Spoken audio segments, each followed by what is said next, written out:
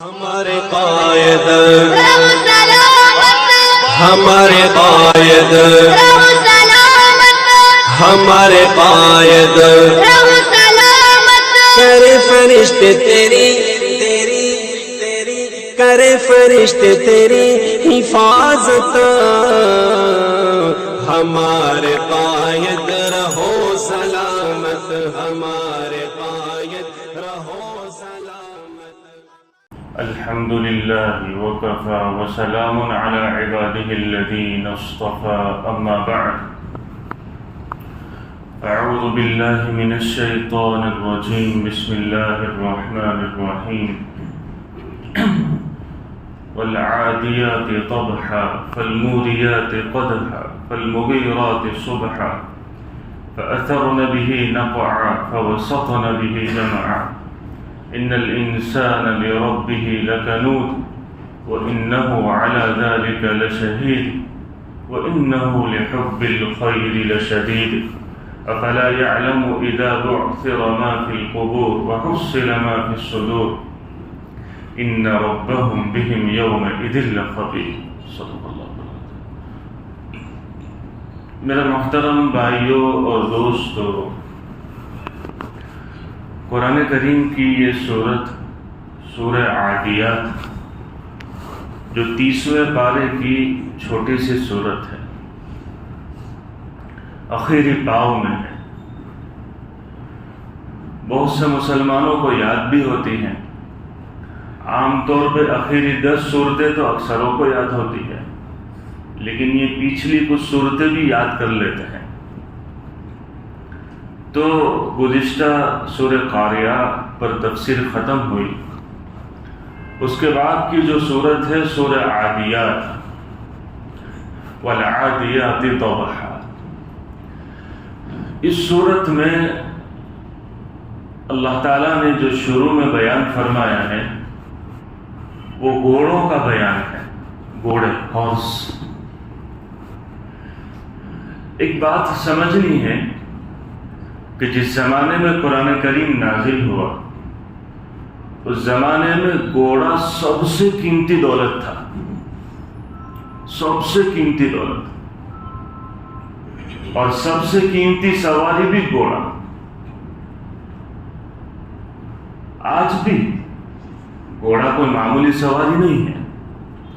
یا آپ کو چھوٹے موٹے گھوڑے بھی نظر آئیں گے نا، تو کوئی 4 لاکھ کا، کوئی 5 کا.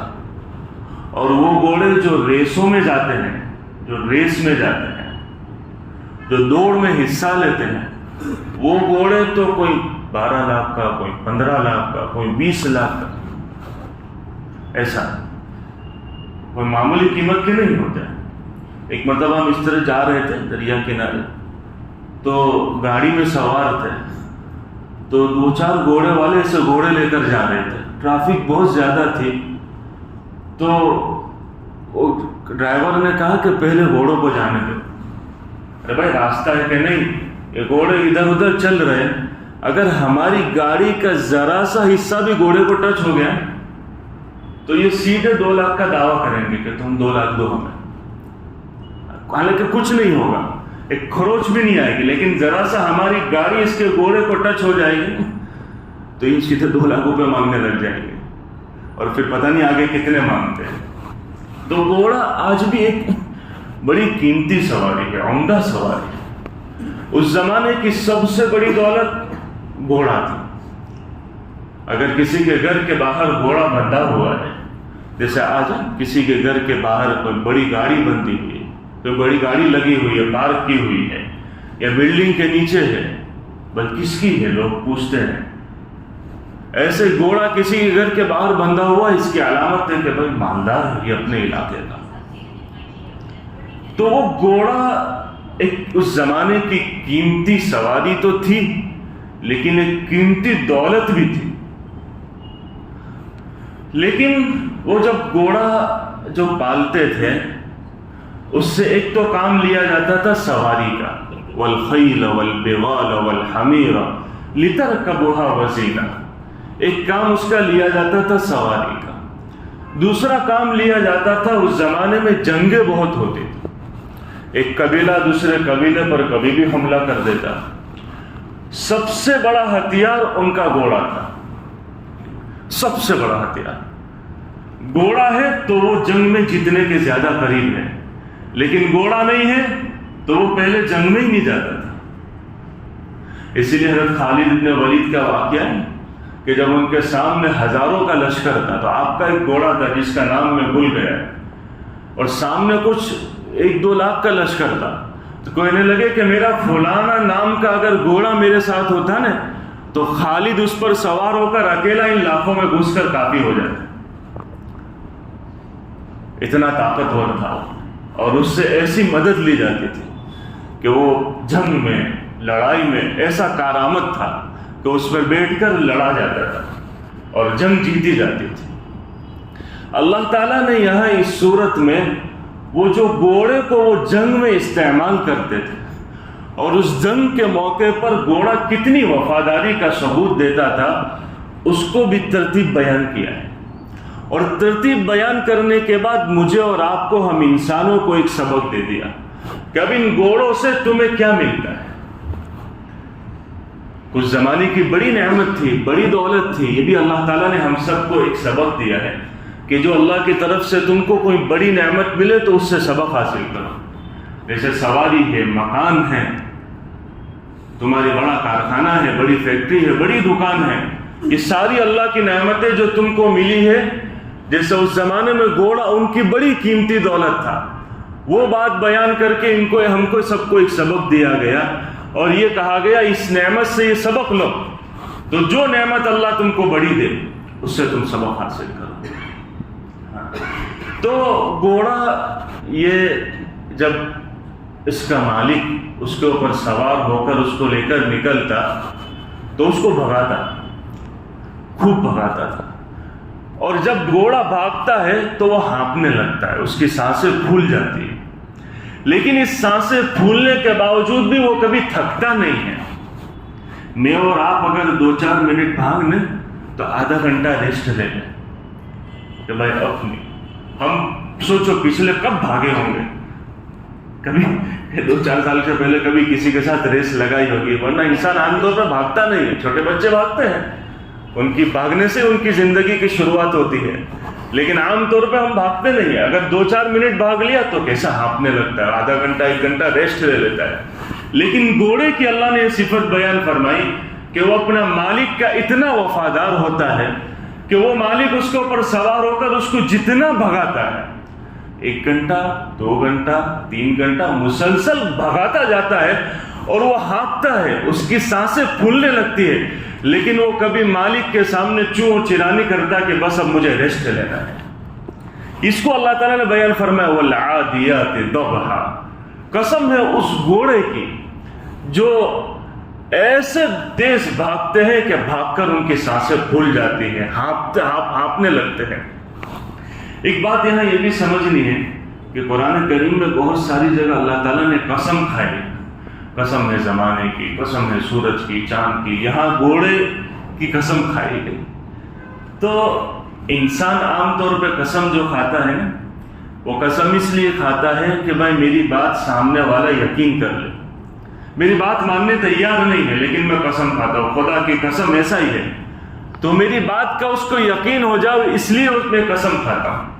اللہ کو اپنی بات کا یقین دلانے کے لیے قسم کی ضرورت نہیں ہے، لیکن اللہ تعالیٰ اس بات کی اہمیت بتلانے کی کہ دیکھو جس چیز کی میں قسم کھا رہا ہوں اس پہ غور کرو، وہ کوئی معمولی بات نہیں ہے، اس پہ غور کرنے کی، اس میں زور ڈالنے کے لیے، بات میں وزن پیدا کرنے کے لیے۔ اور آگے جو اللہ بات سمجھا رہا ہے نا، اس کا اس قسم سے ایک بڑا گہرا تعلق ہوتا ہے، اس تعلق کو سمجھانے کے لیے اللہ تعالیٰ بعض مرتبہ کسی چیز کی قسم کھا لیتا ہے۔ اس زمانے میں، اور ویسے بھی اس زمانے میں قسم کھانا ایک عام طور پر بول چالوں میں رواج تھا، جیسے آج بھی عرب میں ہم دیکھتے ہیں واللہ تاللہ باللہ، ایسے اللہ واللہ، تو وہ آپس میں بول چال میں قسمیں کھاتے رہتے، اللہ کا نام لیتے رہتے ہیں اپنی بات میں وزن پیدا کرنے کے لیے، اپنی بات میں زور ڈالنے کے لیے۔ تو اسی طرح یہاں اللہ تعالیٰ نے اس چیز کو بیان کیا ہے کہ قسم ہے اس گھوڑے کی جو ایسی تیز بھاگتا ہے کہ بھاگتے ہوئے اس کو ہانپنے لگتا ہے۔ جب وہ مالک اس کو بھگاتا ہے اور ہانپنے لگتا ہے فَالْمُورِيَاتِ قَدْحًا، اور وہ بھاگتے ہوئے جب اتنی تیز بھاگتا ہے کہ اس کے گھوڑے کی اس کی جو چال سے، اس کی جو پیر کی چال سے، ٹاپوں سے چنگاریاں اڑنے لگتی ہیں. فالموریات قدحا فالمغیرات صبحا. اور وہ مالک کا اتنا وفادار ہے کہ وہ مالک اس کو جس وقت حملے کے لیے کہتا ہے وہ اپنی جان کو جوخم میں ڈالتے ہوئے صبح سویر حملے کے لیے تیار ہو جاتا ہے. فَأَثَرْنَ بِهِ نَقْعًا. گرد و غبار کو اڑاتے ہوئے وہ میدان جنگ میں درمیان میں پہنچ جاتا ہے. فَوَسَطْنَ بِهِ جَمْعًا. کہ درمیان میں بالکل پہنچ جاتا ہے. اتنا مالک کا وفادار ہے. فَأَثَرْنَ بِهِ نَقْعًا فَوَسَطْنَ بِهِ جَمْعًا. یہاں گھوڑے کی بات پوری ہوئی. آگے اللہ کہہ رہا ہے اِنَّ الْإِنسَانَ لِرَبِّهِ لَكَنُودٌ. انسان تو اپنے پروردگار کا بڑا ناشکر ہے. کیا کہا؟ اپنے لِرَبِّهِ لَكَنُود. لَكَنُود کے معنی تو بڑا ناشکر ہے. کیسے ناشکر ہے؟ گھوڑے سے کیسے اللہ نے اس کو کمپیئر کیا ہے، اور ہم سب کو گھوڑے سے سبق لینے کو کہا گیا ہے. کیوں؟ کہ دیکھو گھوڑا جو بڑا طاقتور جانور ہے. آج کے زمانے میں بھی جو بڑی بڑی انجن ہوتی اس میں بھی جو اس کا جو وزن کیا جاتا ہے اس میں کہا جاتا ہے کہ اس میں اتنے ہارس پاور ہے. ہارس پاور، اس میں اتنی طاقت ہے کہا جاتا ہے. وہ ہارس سے اس کی تسبیح دی جاتی ہے کہ اس میں اتنے ہارس پاور طاقت ہے، اس میں اتنا پاور ہے. تو وہ طاقتور ہے. وہ انسان کو ایک لات مار دے تو وہ اس کا چہرہ بدل جائے. جیسے بہت ساری ویڈیو آتی ہیں ہمارے سامنے کہ وہ کسی نے گھوڑے کو پیچھے سے چھوڑا دھڑام کر کے پیچھے سے ایسی لات ماری کہ وہ پتہ نہیں کتنے فٹ دور جا کر گرتا ہے. وہ بڑا طاقتور ہے، اس کی طاقت سے مثال دی جاتی ہے. لیکن اتنا بڑا طاقتور ہونے کے باوجود اس نے جس کو مالک تسلیم کر لیا کہ یہ میرا مالک ہے، اس مالک کے سامنے وہ اتنا نرم ہو جاتا ہے کہ مالک کا اگر چھوٹا بچہ بھی ہے تو وہ اس کے سامنے بھی نرم ہو جائے گا. اس کو جہاں اس کی رسی پکڑ کر لے جانا چاہے وہ گھوڑا سیدھا سیدھا چلا جائے گا.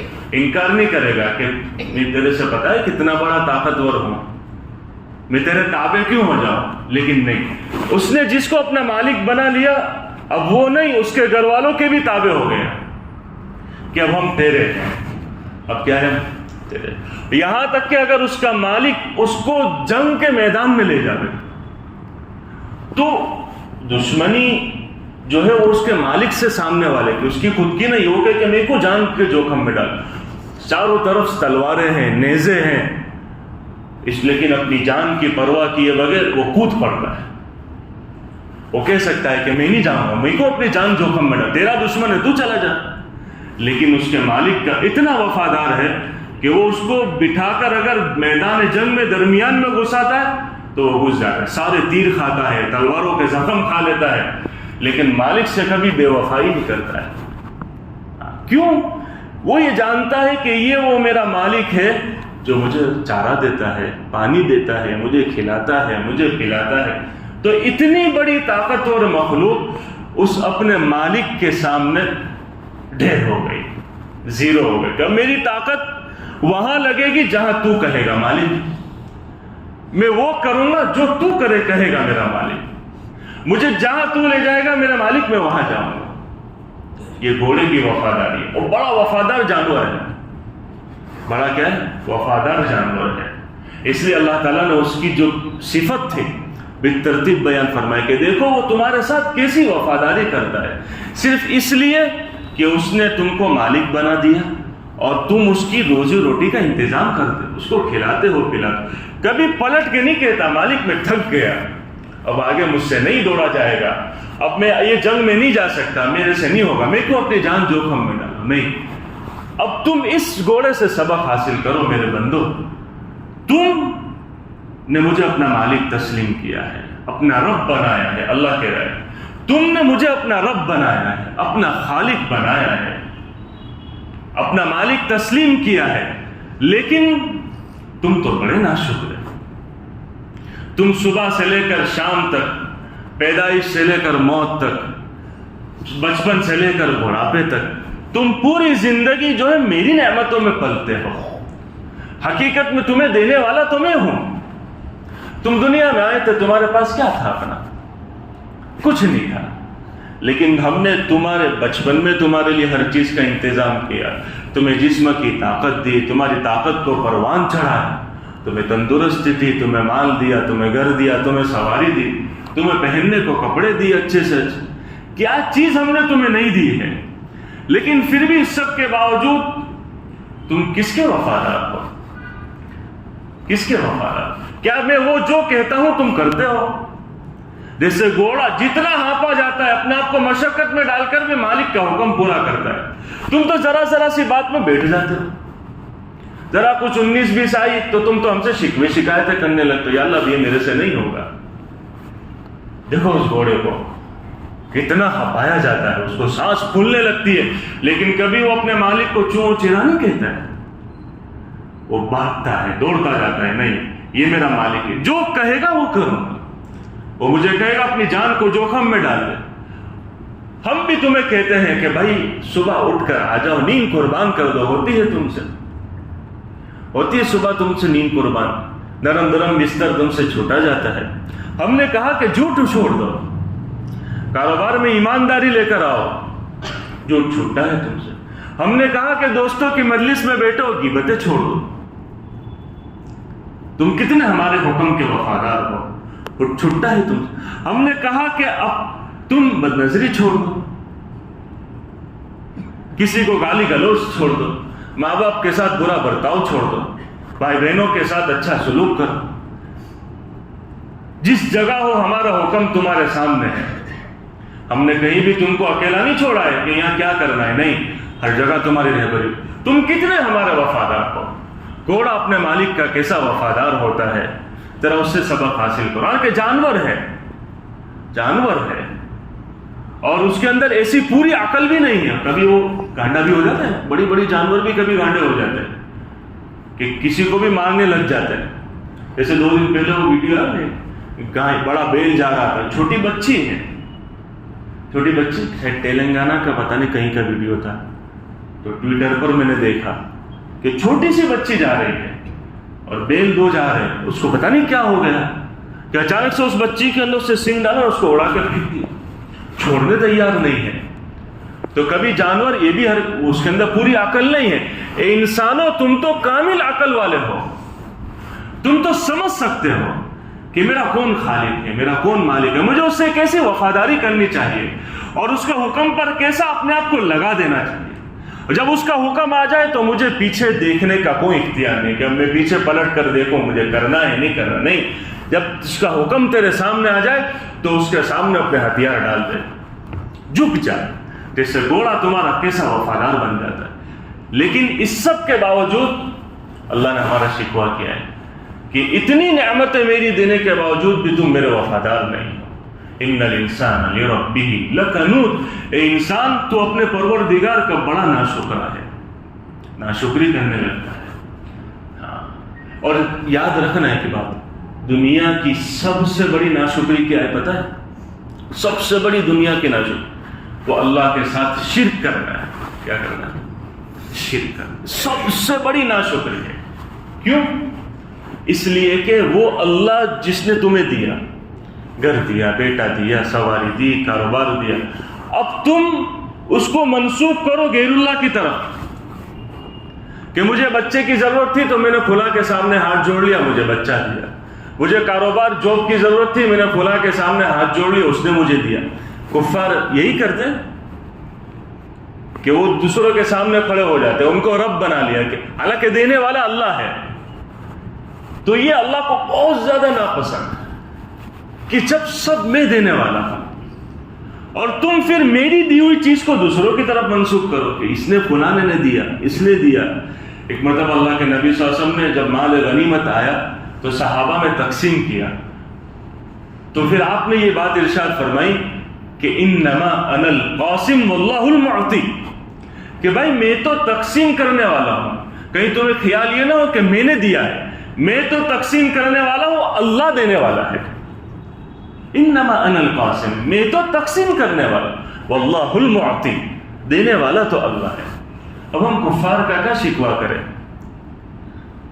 وہ تو اللہ کی دی ہوئی نعمتوں کو دوسری طرف منسوخ کر کے کفر میں مبتلا ہے. شرک کرتے ہی ہیں. اسی لیے ایک بات یاد رکھنا، کفر کافر کسے کہتے ہیں؟ کافر کفر کے لغوی معنی ہے، آپ ڈکشنری میں اٹھا کر دیکھیں گے، ڈکشنری میں کفر کے معنی ہے ناشکری کے. کافر کا معنی ڈکشنری میں آپ کو دکھے گا ناشکرا. کیا دکھے گا؟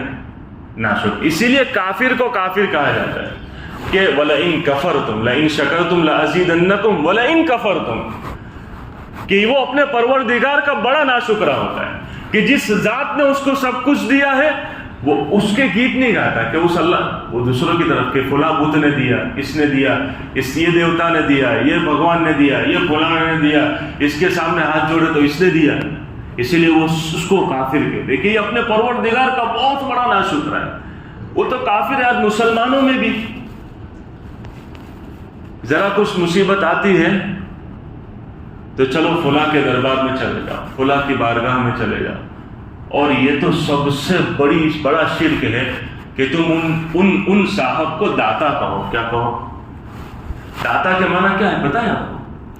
داتا کے معنی یہ ہے معطی. جو اللہ کے نبی صلی اللہ علیہ وسلم فرمایا کہ اللہ المعطی، اللہ دینے والا ہے. داتا کے معنی دینے والا، مرادیں پوری کرنے والا، رزق دینے والا، عزتیں دینے والا، اس کو داتا کہتے ہیں. یہ داتا کہنا یہ تو بہت بڑا شرک. بزرگوں کی عقیدت محبت کہتے کیوں کرتے؟ ہمیں ان سے عقیدت ہے، ان سے محبت ہے. ارے بھائی بزرگوں کی عقیدت کس کو نہیں ہے؟ ہمارے سر کے آنکھوں پر ہے، ہماری سروں پر ہے، آنکھوں پر ہم بٹھا دیں گے. لیکن عقیدت محبت کی ایک حد ہے. اسی لیے اللہ کے نبی صلی اللہ علیہ وسلم نے جاتے جاتے صحابہ کو یہ وصیت فرمائی کہ دیکھو یہود و نصارہ نے اپنے نبی کو اتنا آگے بڑھا دیا کہ ان کو خدا کے مقام تک پہنچا دیا. اسی لیے وہ عیسیٰ علیہ السلام کو خدا کہتے ہیں، کوئی خدا کا بیٹا کہتا ہے، کوئی کہتا ہے کہ یہی خدا ہے، کوئی کہتا ہے کہ عیسیٰ مریم اور خدا تین مل کے دنیا چلاتے. عیسائیوں میں بھی الگ الگ عقیدے. کوئی کہتا ہے ان اللہ هو المسیح ابن مریم، کوئی کہتا ہے ان اللہ ثالث ثلاثہ. انہوں نے اتنا اپنے بڑوں کو آگے بڑھا دیا کہ خدا کا مقام دے دیا. یہودیوں نے عزیر کو اللہ کا بیٹا کہہ دیا. اے میرے صحابہ تم سننا، مجھے اپنے مقام تک رکھنا. میں اللہ کا بندہ ہوں، اللہ کا رسول ہوں، میں اللہ کا بندہ ہوں. لا تتخذوا قبری مسجدا، کہ میری قبر کو تم سجدہ گاہ نہ بنا دینا. یہ آپ جاتے جاتے امت کو وصیت کر گئے کہ دیکھو ہر ایک کا ایک مقام ہے. تم کسی کو خدا کے ساتھ ملا دو تو یہ سب سے بڑا کفر ہے، سب سے بڑی ناشکری ہے. ہم غیروں کا کیا شکوا کرے؟ مسلمان آج اس بدعقیدے میں مبتلا ہے کہ وہ اللہ کا اتنا بڑا ناشکرا ہو گیا کہ اگر اس کو کسی کو اچھی نعمت مل گئی، بیٹا مل گیا، اس کو کاروبار مل گیا، گھر مل گیا، مکان، کاروبار، فیکٹری مل گئی، تو دوسروں کے سامنے منت نیاز کر لیتا ہے، وہاں جا کے سر جھکا لیتا ہے، وہاں جا کے دھاگے باندھنے لگتا ہے. یہ سب سے بڑی ناشکری. اسی لیے اللہ نے ہم کو کہا کہ یہ ناشکری یہ تمہیں کفر تک پہنچا دے. ناشکری نام ہی ہے کفر کا. اور یہ ناشکری آہستہ آہستہ کہ جب تم اللہ کی دی ہوئی نعمتوں کو اللہ کی طرف منسوب نہ کرو، غیر اللہ کی طرف منسوب کرو، تو یہ ناشکری ہے. اور یہ ناشکری تمہیں اینڈ میں کفر تک، شرک تک پہنچا دیتی ہے. وہی بات کا اللہ نے شکوہ کیا، ان الانسان لربہ لکنود. انسان تو اپنے پروردگار کا بڑا ناشکرا ہے. آج اور بھی بہت سے باتیں انشاءاللہ آئندہ مجلس میں عرض کر دیں گے. سبحانک اللہم وبحمدک وتبارک اسمک وتعالی جدک ولا الہ غیرک. اللہم صل علی سیدنا محمد وعلی آل سیدنا ومولانا محمد وبارک وسلم. ربنا آتنا فی الدنیا حسنہ وفي الآخرة حسنة وقنا عذاب النار. اللهم إنا نسألك الجنة وما قرب إليها من قول وعمل، ونعوذ بك من النار وما قرب إليها من قول وعمل. اللهم إنا نسألك من الخير كله عاجله وآجله ما علمنا منه وما لم نعلم، ونعوذ بك من الشر كله عاجله وآجله ما علمنا منه وما لم نعلم. وصلى الله تعالى على النبي الكريم. آمين برحمتك. یہ لوگوں کون مقتل سے سراپا خندزن آیا، جو اس انداز سے باندھے ہوئے سر سے کفن آیا.